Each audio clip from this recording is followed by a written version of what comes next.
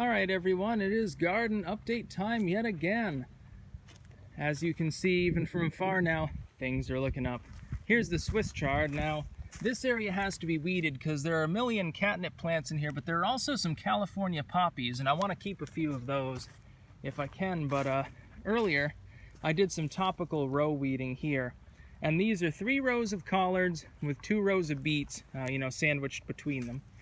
And over here it extends through, and here there are a couple of, I think that's a sunflower.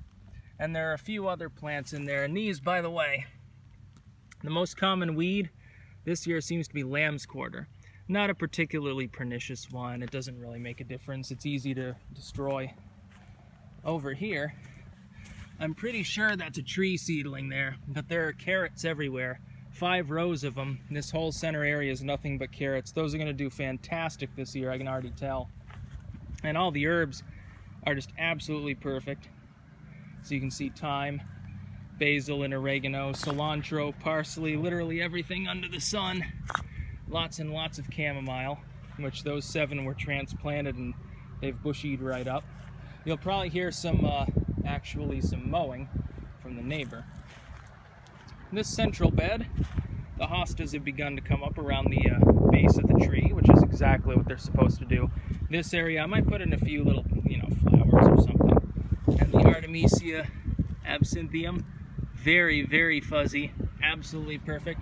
Smells so good. Have an African daisy or violet, I can't remember which. By the way, I did something with the other bale of peat moss. I'll show you in a minute. Over here, we've got our perennial bed. Those are all coming out nicely. Some general lilies, irises, the sedum, those, I think, phlox on the end, and then also the mint plant. Here, still nothing has come up, but it will. I'm not worried about it. Also, you gotta see these onions. Oh, those are gonna be some tasty onions, dude. These are the nice sweet heirloom variety, but they're all sprouting out. I'm a big fan of onion, I love it. And also the corn, beans, and zucchini have not come up yet, but that's expected. It won't for probably 2 more days. I haven't checked actually if the zucchini over here came up. I don't think so. I just got done watering about 10 minutes ago. I think this is not actually a squash, that's something else. But I put in an extra pepper, what was it? Green bell. So there are 3 bell peppers here and a couple of cubanelles. And then there's the jalapeno, which is not looking actually that good. The other ones where those died because of frost. I'm going to put in some cucumbers actually, because now we're past the frost date, and I've got 4 kinds of tomatoes as well. I've got 2 cherries, 2 black princes, 2 Cherokee purple, and 2 Roma. The Roma are just for basically making sauce. You can see this is what the mulchy mix basically looks like. On top it's less processed, underneath it's more munched up. That's what I've been using.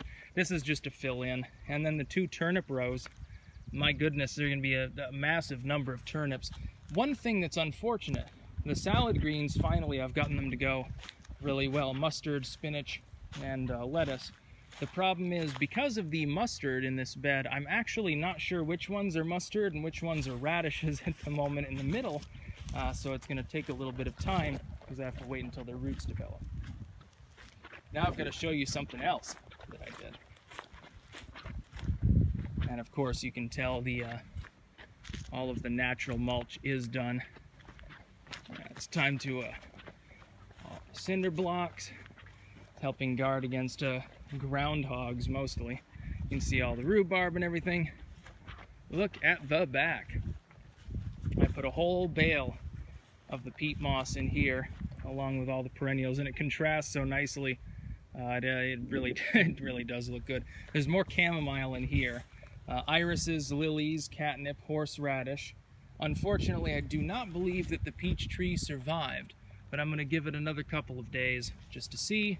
I did put natural mulch in back there, and what I've done, if you look over here, I've started paths into the berries with the natural mulch too.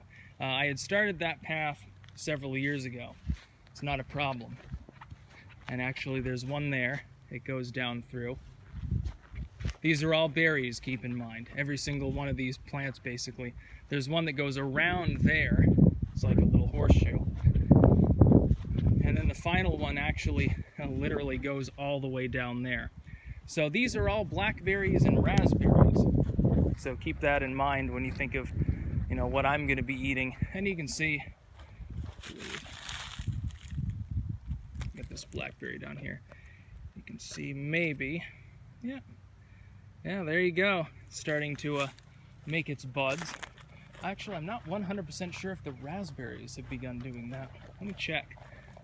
I assume so. Yeah, they have. You can see. Just barely see, maybe.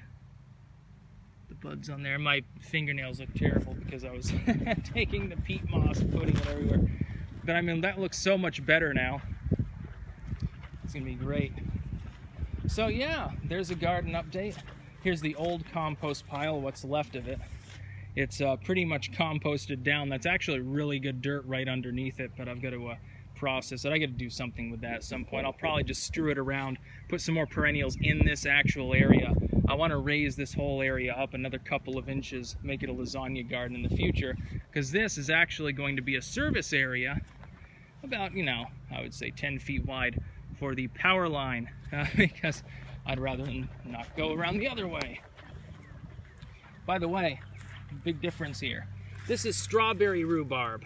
These are sweeter and smaller than standard rhubarb. The standard rhubarb, I believe this actually is a little bit larger. We got like a dozen plants in here and another, you know, almost dozen in the actual back bed. So there you go, a little garden update. Some pretty great shit. I don't even care about this flower bed on the side because nothing really came up from it. The other ones are all fine. That one, I don't know, the soil's not great on it. I think I dumped a bunch of ash and terra preta in it and never actually put any compost in, if I remember correctly. But yeah, I've got to put in 4 more cucumber stands, 2 there and 2 there where there won't be tomatoes. I figure have 2 apiece for 8 plants total, and those cucumbers will be fine. I'll pop those in the next couple of days. Oh yeah, I don't know if I actually mentioned, but this is going to be a pumpkin. You know, it has a, you know, considerable amount of room around it. Good soil, you know, really, really good tilth. That's about all. Peace out.